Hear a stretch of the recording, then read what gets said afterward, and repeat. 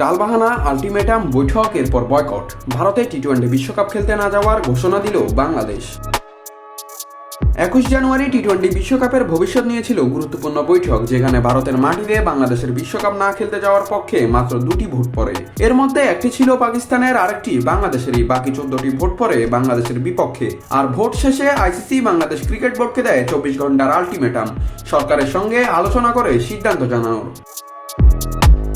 তবে 22 জানুয়ারি ঢাকার ইন্টারকন্টিনেন্টাল হোটেলে সরকারের সঙ্গে বৈঠকের পর বাংলাদেশের ক্রীড়া উপদেষ্টা জানিয়েছে ভারতে না যাওয়ার সিদ্ধান্ত সরকারের। আর বিসিবি সভাপতি আমিনুল ইসলাম বুলবুল বলেন, আমরা বিশ্বকাপের ম্যাচ শ্রীলঙ্কায় খেলতে চাই, অর্থাৎ বাংলাদেশের অবস্থান এখনো অনড়।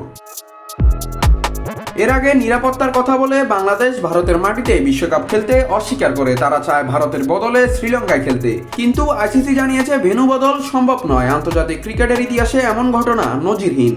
ইতিমধ্যে ভারতে চলছে ক্রিকেট মৌসুম। দক্ষিণ আফ্রিকা এবং নিউজিল্যান্ড খেলছে এবং WPL এ বিদেশি খেলোয়াড়রাও অংশগ্রহণ করছেন। তাই তো নিরাপত্তার ঝুঁকি মানতে পারেনি আইসিসি।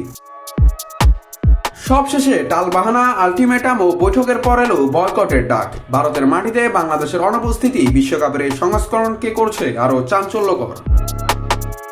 নাত রাহুল, নিউজ না স্পোর্টস।